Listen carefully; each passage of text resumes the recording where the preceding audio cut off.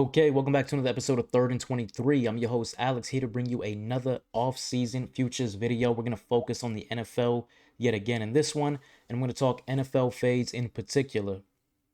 So in this video, I'm talking over-under win totals, but you can use the content and the information in this video to do all sorts of bets. Bets on where a team is going to land in the standings, whether you believe it's going to be second, third place, fourth place, or whatever standings they're going to be in. Or you can do a bet on whether a team is going to make the playoffs or miss the playoffs. So you can take the content from this video and use it for a number of different bets. But again, I'm focusing on over, under win totals. And without further ado, let's get started. First team we're going to look at is the Denver Broncos. Now, let's talk Denver's 2024 year. They went 10-7 last year with a rookie quarterback in Bo Nix, third in the AFC West with a wild card loss to Buffalo. So you're going to say, wait, good rookie year. Bo Nix made the playoffs as a rookie. Great job. You got to look a little closer into the numbers. You would say Denver got to play Kansas City at the end of the season with the playoffs on the line. Kansas City was sitting starters, sitting backups, or playing backups. And that's why Denver was able to blow them out and make it to the playoffs. And they were carried by their defense, which was a top 10 defense in the NFL last year, first in the NFL in sacks. So you got to throw all of that into consideration when you say, why did Denver make the playoffs? And you can't put so much gas on Bo Nix. You look at Bo Nix, to me, he's still a major question mark going into his second year. As a rookie, 6.7 yards per attempt, finished 29th in the NFL. That's not good. Now, I know he's a rookie. You expect to see improvement. But then how much improvement can you expect to see? When you look at the skill players that the Denver Broncos have, I don't know what that NFL or what that Denver Bronco front office is doing. It's like Groundhog's Day with Cortland Sutton and Marvin Mims types in that wide receiver room. How have they not improved that group? It is an average, in my opinion, pedestrian group. Cortland Sutton, he led the team with 1,081 yards last season. But call it what it is. You know what Cortland Sutton's going to get you. He's 4 for 60, and he's going to call it a day. It's not going to be enough. Then you talk about running backs. Javonte Williams, he was always hurt, so he's out of the picture. He's in Dallas, as a matter of fact. And now they draft R.J. Harvey, undersized running back out of UCF. I've seen an undersized running back for Denver before, a guy named Philip Lindsay, if you guys remember him. Things didn't work out so well. So to me, we're looking at an offense that in my position is going to regress because Bo Nix, now there's film out on him.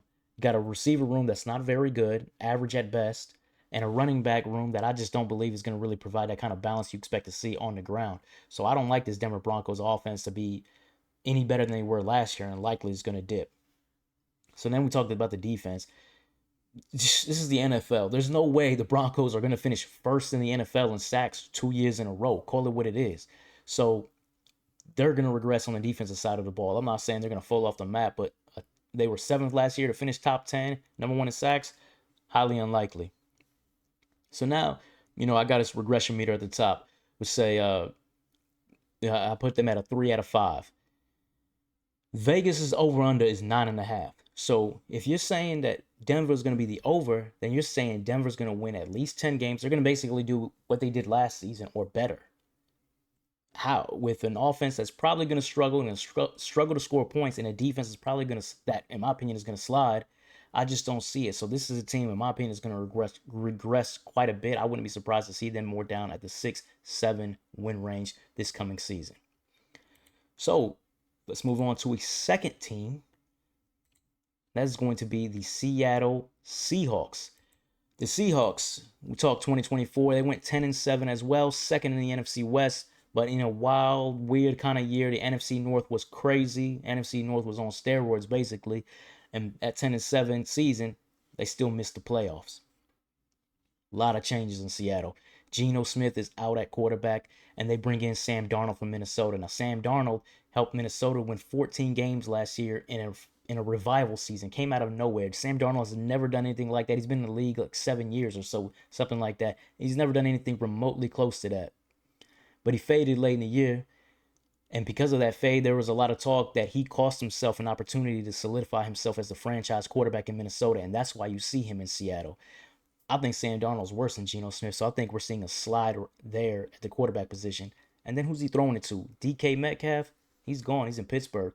Tyler Lockett, consistent as always. I know he slid down the totem pole down to third in that wide receiver room, but still very consistent receiver. He's in Tennessee, I believe. So now it's just JSN, Jackson Smith and Jigba. Now he led the team in catches last year with 100 for 1,100 yards, but he wasn't getting the focal point of the defense. He wasn't getting the corners, the number one corners for each team. That was DK Metcalf. This almost feels like a Antonio Brown, Juju Smith-Schuster situation to me. And you saw what happened to Juju when he had to become the number one wide receiver. Now I know I like Jackson. I like JSN. He's a good player, but I'm just saying a lot of the focal point of the defense is going to be on him. Who does he have to take the pressure off him? Cooper Kupp. They signed Cooper Kupp. Cooper Kupp is on fumes. He's done. MVS. He's always been just a guy. So now when you're talking about that passing game, we're talking about a big drop in my opinion.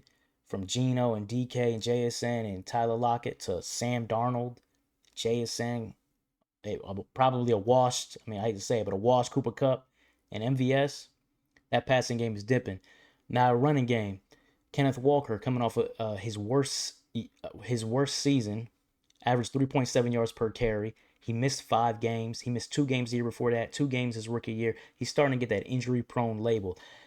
There's no way you're going to see Kenneth Walker play 17 games this season. So, injury-prone running back with a passing game that's going to take a step back. I think this offense is going to take a major step back in 2025. And then defense, I expect more the same what you saw in 2024. They were an average defense. They were average against the run. They were average against the pass. They're average overall. So now we say Vegas sees a dip. They set the over-under total at 8.5. But if you say over, that means 9 wins. 9 wins typically means that if you're going into the final game of the season, you are in contention for that 7th seed, for that last playoff spot. So what we're saying is if you think it's over, that means you think Seattle's going to be in contention for that last playoff spot at the end of the year. And I just don't see it. This is not a good team. This is not a good offense. It's definitely not a good defense. Middle of the pack at best. So I think you're going to see more of a regression. I think you're seeing, again, I have a regression meter as high here. You're seeing, or what I'm seeing is 6 to 7 wins as well as probably their ceiling for 2025. So that wraps it up for the Seahawks. And I'm going to give you one more team. Let's talk the Indianapolis Colts. Now this, I'm going with low on the regression meter. I'll get into it. First, 2024, they went 8-9. Second in the AFC South, obviously missed the playoffs. Quarterback is the biggest issue here, right? You got Anthony Richardson, 47% completion percentage last year, 8 touchdowns, 12 interceptions. He wasn't good. He makes some electric plays, and then he misses a lot of short throws. But he doesn't just miss a lot of short throws. Sometimes he doesn't make any throws because he's not on the field, because he's missing games. And true to him, he's already out for camp because of inflammation in the shoulder that he had surgery on.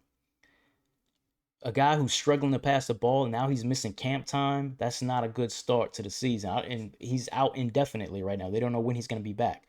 But he should be back before the season kicks off. But now they're going with Daniel Jones, who they signed as the backup. Daniel Jones has been a starter in this league. He just hasn't been a good one. But he's been a starter. The Colts have already shown they're willing to bench Anthony Richardson and start a washed backup like they did with Joe Flacco last year. I think you're going to see more of the same in terms of quarterback issues in 2025. Now, so why do I have it low? Talk about skill position talent. The Colts got it. Jonathan Taylor, 1,400 yards last year. Receivers, Josh Downs is great in the slot. Alec Pierce is a baller, gets downfield, makes big plays. 22 yards a catch last year.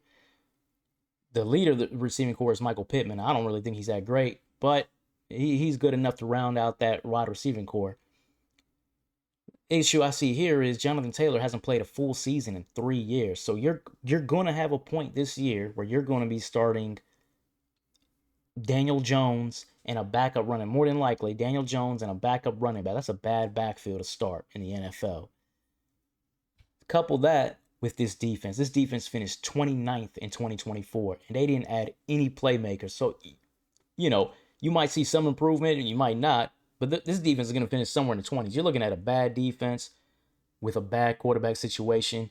That's going to spell a lot of losses. So 8-9 last season, we're saying Vegas is over under set at 7.5. So if you take the over, you think they're going to do the exact same thing they did last year. I don't see it. You're not with a bad defense. I think you're going to see a lot more L's than you did last year.